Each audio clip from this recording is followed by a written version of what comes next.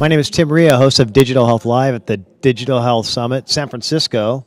And super excited to have my next guest here, Paul Litchfield, who's the VP of Advanced Concepts Group at Reebok.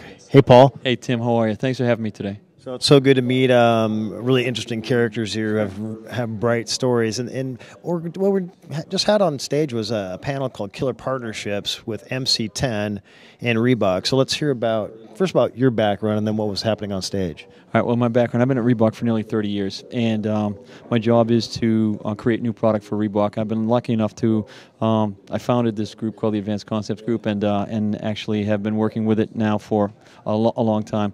Our job is to add incremental value to the company, and we do it by making product that are beyond the typical business unit's expectations. I did a product back in the day called the Reebok Pump. Yeah, you did the pump. Yeah. This is the guy who did the pump. Awesome. Yeah, so thanks. Well, me and a bunch of guys did it, and it went really well. And so what we try to do is make a product that is both unexpected as well as builds the brand, Reebok brand, and provides a real benefit to the consumers. Interesting. And we're at this really interesting inflection point with technology, materials, and then you linked up with MC10. Who's MC10? Yeah, so MC10 is a company conveniently located in Cambridge, Mass. We're in the Boston area, Reebok is, and MC10 does flexible conformable electronics. And what was really cool is that what we did is we had a problem out there, and our objective was that we wanted to measure impacts to the head.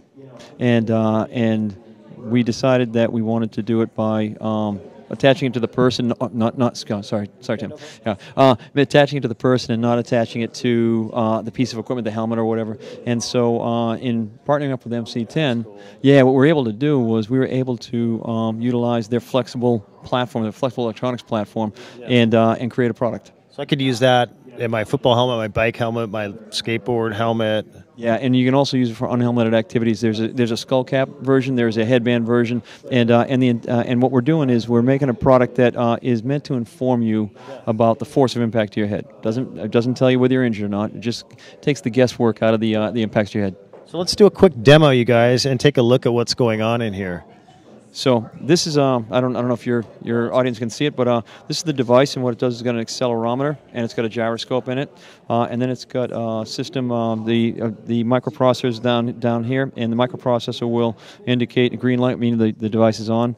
If the gyroscope and the accelerometer indicated a certain threshold, the algorithm will process out a yellow light or a red light. Anytime you get a yellow light or a red light, that means you've had a moderate or severe impact to the head, and so you should get checked out. Yeah. And it's much like a traffic light. You know, green is go, yellow is caution, and red is stop. And high school football's had some big issues with this. Yeah, most certainly. High school football players, girls soccer players, everybody has, the notion of being an active participant in life, you're going to invariably hit your head at some point in time. And in contact sports, when you get your bell rung, as they say, and then you kind of shake it off and go back in like we did back in the day, probably not the smartest thing. Yeah, exactly. Yeah. So, yeah. So, how did the partnership transpire, and why is it unique in the industry? So it's what we do at Reebok is when we're looking at making a new product, we go outside of our typical manufacturing sources. We go outside and we look at the world at large, and we try to get the best subject matter experts we can find. And it's just so happened that we found MC10 in our backyard. Yeah, in our backyard. But then not only that, one of the most critical aspects to any partnership for us, and it worked out super well with MC10, is that you got to have a very genuine level of trust. You got to have a very genuine level of respect. Yeah, it's tough for startups at a certain stage, and MC10's a startup. And how do you engage with a monstrous company a large company, international company, and how do you achieve scale? Yeah, so that's I think you do it at a very personal level. And what we do is we set up a partnership, an integrated team, where other than the business cards and the seating location, we were one team. And we had one objective, and we forged ahead, and we had really good easy days, and we had some tough struggling days kind of trying to get the objective done. But as the resident of the bigger company, and with my partner like Isaiah Kazavinsky and the MC10 team on the startup side, us having that common goal, common respect, and common objective really is the key to how I think this has been a successful product and a pretty unique experience. Yeah. So, looking like 3 to 5 years out. I know you can't. You got stuff in the lab there. What are we going to see? We were at CES this last year, and it's all wearables, and now a lot of the wearables are becoming transparent. Yeah, most certainly. I think, well, last year at CES, we were super fortunate. We won the Innovation Product of the Year for the Division of Health and Fitness at CES, which is super cool. It was our first endeavor in electronics.